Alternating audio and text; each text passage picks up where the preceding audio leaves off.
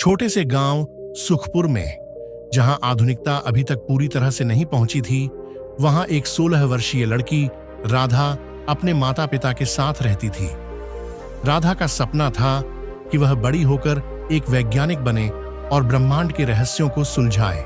लेकिन गांव में लोग विज्ञान को भूत प्रेत से जोड़कर देखते थे। तुम्हारी बेटी खतरनाक किताबें पढ़ती है, ये सब विज्ञान हमें बर्बाद कर देगा। पड़ी डिढोस की काकी ने एक दिन राधा की मां से कहा। राधा को हर तरफ से विरोध सहना पड़ता, लेकिन वह अपनी जिद्दी स्वभाव के लिए जानी जाती थी। एक रात जब पूरा गांव सो रहा था, राधा छत पर बैठी तारों को देख रही थी।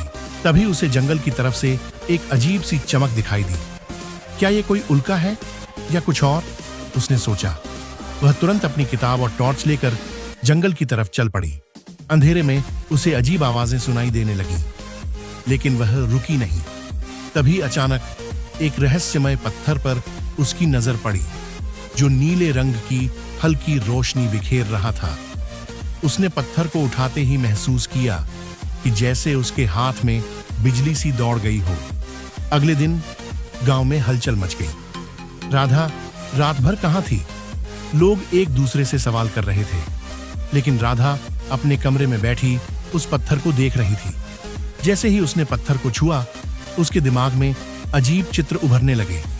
ये चित्र किसी मशीन के डिजाइन जैसे थे। क्या ये किसी एलियन तकनीक का हिस्सा है? उसने सोचा। धीरे धीरे राधा ने पत्थर की ऊर्जा से अपने विचारों को बदलते हुए पाया। उसकी सोच तेज हो गई थी और वह अब जटिल गणनाएं पल भर में कर सकती थी। जैसे जैसे राधा का ज्ञान बढ़ता गया, गांव वालों को उस पर शक होने लगा। ये लड़की कुछ अजीब हरकतें कर रही है, कहीं ये किसी शैतानी ताकत के साथ तो नहीं? पुजारी ने कहा। राधा के माता पिता भी डर गए थे। एक दिन उन्होंने राधा को समझाने की कोशिश की। बेटी, ये सब छोड़ दो, गांव वालों का गुस्सा खतरनाक हो सकता है, उसकी मां ने कहा। लेकिन राधा पीछे हटने को तैयार नहीं थी। उसने अपने कमरे में एक छोटा प्रयोगशाला बना लिया था और पत्थर की ऊर्जा का उपयोग कर नई मशीनें बनाने लगी।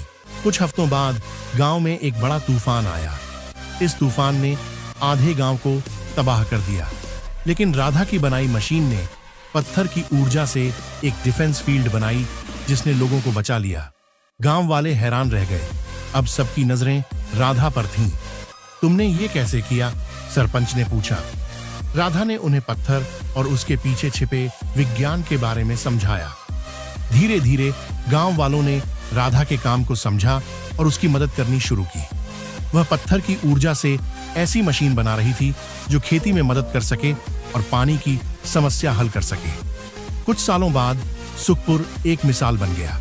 राधा अब एक वैज्ञानिक थी, जिसने अपनी लगन और जिद से न केवल अपने सपने पूरे किए, बल्कि पूरे गांव को प्रगति की राह दिखाई। यह कहानी सिखाती है कि कठिनाइयों और विरोध के बावजूद अगर हमारे इरादे मजबूत हों, तो हम असंभव को भी संभव बना सकते हैं। दोस्तों, ये कहानी आपको कैसा लगा? कमेंट करके जरूर बताएं और इसी तरह की वीडियो देखने के लिए मेरे चैनल को सब्सक्राइब और वीडियो को लाइक जरूर करें। धन्यवाद।